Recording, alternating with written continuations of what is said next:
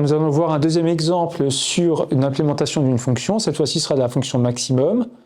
Alors, on va vouloir avoir la fonction mathématique de maximum entre x et y, qui va nous renvoyer x si x est plus grand que y, et y si y est plus grand que x. Et si x égale y, on pourra renvoyer x ou y, peu importe. Donc, je vous invite à essayer d'abord de coder la fonction, de mettre donc la vidéo sur pause, et ensuite de voir si ça correspond à ce que je vais vous proposer. Donc la fonction, on va l'appeler maximum. Et donc, pour la définir, je vous rappelle le mot-clé def. La fonction, on l'appelle maximum. Je vais mettre une majuscule, mais aucune obligation. On pourrait l'appeler max. Alors attention, la fonction max avec une minuscule, c'est la fonction maximum implémentée déjà dans Python, donc elle existe, cette fonction. Ça ne veut pas dire que ce n'est pas un bon exercice que d'essayer de la créer soi-même.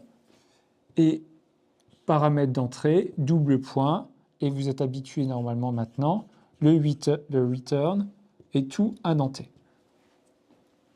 Maintenant que la structure est faite, on peut se poser la question quels sont finalement nos paramètres d'entrée. On a besoin d'avoir deux nombres, x et y,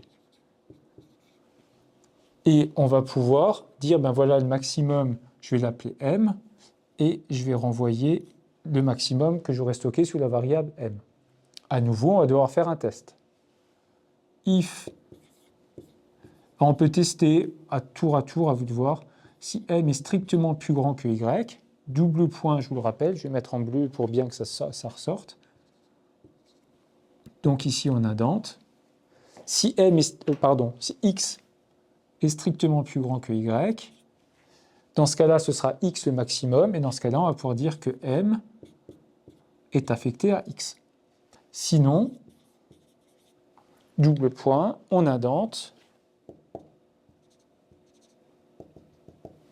Ben, si x n'est pas strictement plus grand que y, c'est que finalement, y est plus grand que x, ou peut-être égal à x. Mais même si y est égal à x, renvoyer y n'est pas une faute. Donc on va renvoyer y si x est égal à y, ou si x est plus petit que y.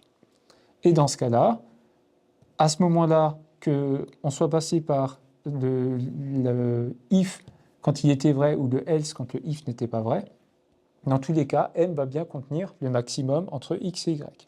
Donc voici un exemple d'implémentation de la fonction maximum. Un exercice, ce serait d'implémenter la fonction minimum, ou un nouvel exercice, si vous le souhaitez, le maximum de 3 nombres. Alors là, attention, hein, c'est un peu plus long. Et je prendrai cet exemple pour faire une vidéo spéciale sur le if, le else et le elif, qui permet, dans ce cas-là, vous allez voir, de gagner un petit peu de temps. J'espère que cet exemple vous a plu. Je vous en propose un troisième dans la prochaine vidéo.